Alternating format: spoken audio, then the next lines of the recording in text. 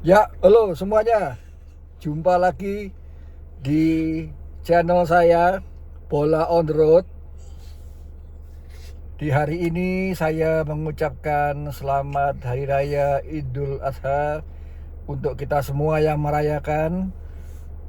Mohon maaf lahir dan batin. Selamat berkurban. Dan di hari raya ini kita mendapatkan kado yang luar biasa karena Indonesia kemarin berhasil mengalahkan China skor 1-0, cukup membawa kita untuk meraih 3 poin penting, ditambah dengan kekalahan dari Bahrain atas Saudi Arabia, sehingga membuat kita paling jelek finish di ranking 4. Berapapun nanti kita kalah atau hasil apapun kita melawan Jepang, karena Bahrain sudah tidak mungkin lagi menyamai skor poin dari Indonesia.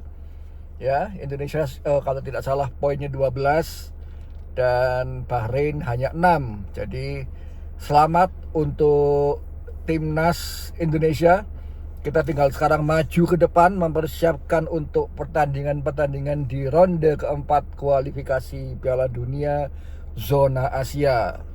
Selamat, saya ikut bangga dan ikut senang, sehingga tidak ada lagi keraguan, ya. Sekali lagi, ini momen yang perlu kita patut rayakan dan selebrasi. Kalau saya bisa bilang, ini kita enjoy the moment, karena tidak pernah dalam sejarahnya, apalagi dalam sejarah hidup saya, begini rasanya punya timnas yang bisa dibanggakan dan kita bisa merasakan bagaimana bangganya, bagaimana juga kita merasa deg-degan ya setiap kali kita bertanding melawan tim-tim besar di Asia. Jadi kita tidak usah terlalu jauh dulu lolos Piala Dunia dan segala macam. Kita enjoy the moment, every game kita nikmati, menang kita syukuri, kalah kita evaluasi, ya. Untuk pertandingan semalam, saya rasa tidak perlu dikomentari ya. Kalau ada yang komentarin ada beberapa pemain yang kurang maksimal segala macam, ya itu adalah perjuangan dari timnas kita ya, dari kepelatihan, manajemen maupun para pemain ya. Memang mungkin ada yang bilang kurang maksimal beberapa pemain, tapi it's okay. Kemarin itu permainan 70% mental. Saya bisa lihat dari awal banyak pemain-pemain kita mungkin tegang ya, karena ini must win game ya. Permainan yang wajib menang untuk kedua-duanya. Antara bermain hati-hati, kadang-kadang cenderung kasar, dan umpan-umpan banyak yang tidak sampai ke sasarannya, tapi is okay, dan kita bisa memanfaatkan peluang penalti itu luar biasa. Saya tidak mau berandai-andai, seandainya memang kemarin itu banyak peluang kita bisa konversikan menjadi gol, tidak peduli. Saya salut kepada perjuangan timnas kita, pemain lokal atau pemain naturalisasi semua sama. Patrick Kluivert berani sekali. Mereka percaya ya, tim kepelatihan ini percaya kepada pemain-pemain Liga 1 ya. Kita lihat sendiri ada Rizky Ridho, Ricky Kambuaya, Jakob Sayuri, Egy, Beckham Putra sebagai super sub, Ramadan Sananta ya, berpadu.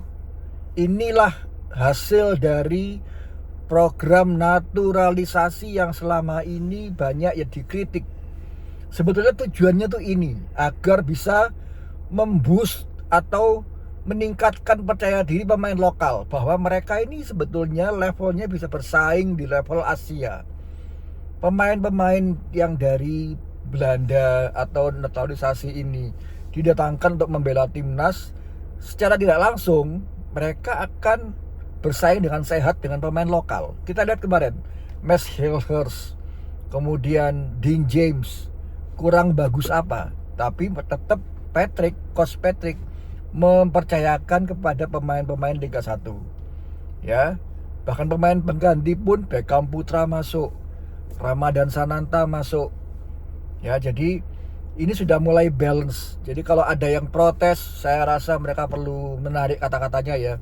Karena menurut saya inilah yang dituju oleh program timnas kita ya. Kita nggak usah program jangka panjang, jangka pendek sudah ketahuan.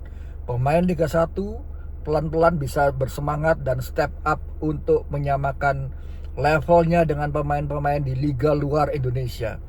Sekali lagi salut ya. Dan saya soroti satu pemain kemarin. Kita kemarin mempunyai satu pemain yang membuat kita tenang sepanjang pertandingan.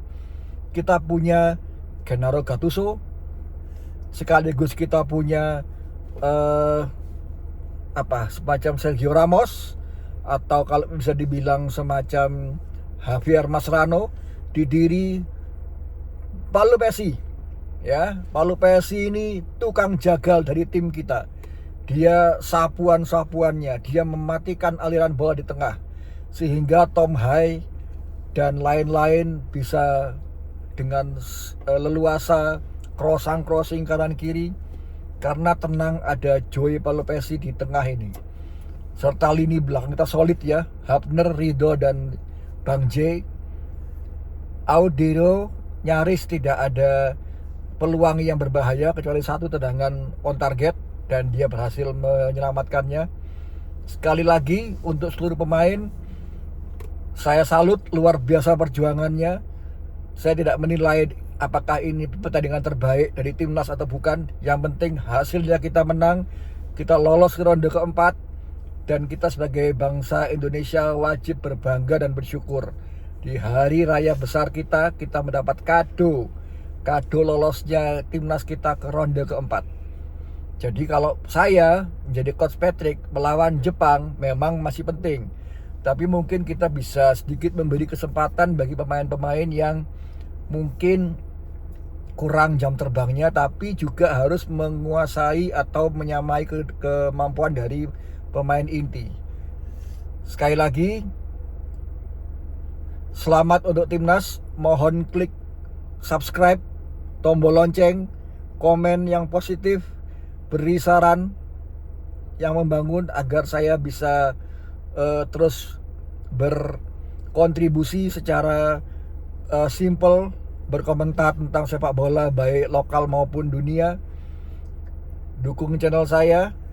Terima kasih yang sudah subscribe, terima kasih sudah menonton. Salam olahraga. Sekali lagi selamat Idul Adha. Salam.